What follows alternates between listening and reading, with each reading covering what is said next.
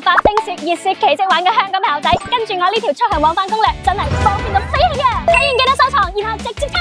首先講去程，環島中國通有直達專線，唔使轉車，落車行幾步路就到雪場，可以保存體力，留翻晒去滑雪，夠晒爽啊！香港嘅上車點非常多，覆蓋港島、九龍、新界近30個站點。首班車係朝早嘅7點45分，尾班車係晚上嘅7點15分，每15分鐘到30分鐘就有一班車。無論你係想朝早出發定係下晝先出發，都可以揾到啱心水嘅時間。再嚟睇睇回程，雪場返香港嘅車，首班車朝早11點，尾班車晚上10點，每30分鐘一班，班次夠密又靈活，就算玩到雪場關門都有車坐，夠晒安心啦。另外，澳門珠海朋友都可以坐㗎，澳門首班車9點10分，珠海首班車9點20分，經港珠澳大橋、深圳灣口岸直達深圳雪場，跨城玩雪一樣方便。我哋嘅上落車點就喺雪場旁邊，行幾步路就到，上落車簡直輕輕鬆鬆冇難度，咁方便，仲等咩啊？快啲約埋屋企人同朋友一齊出發深圳玩雪啦！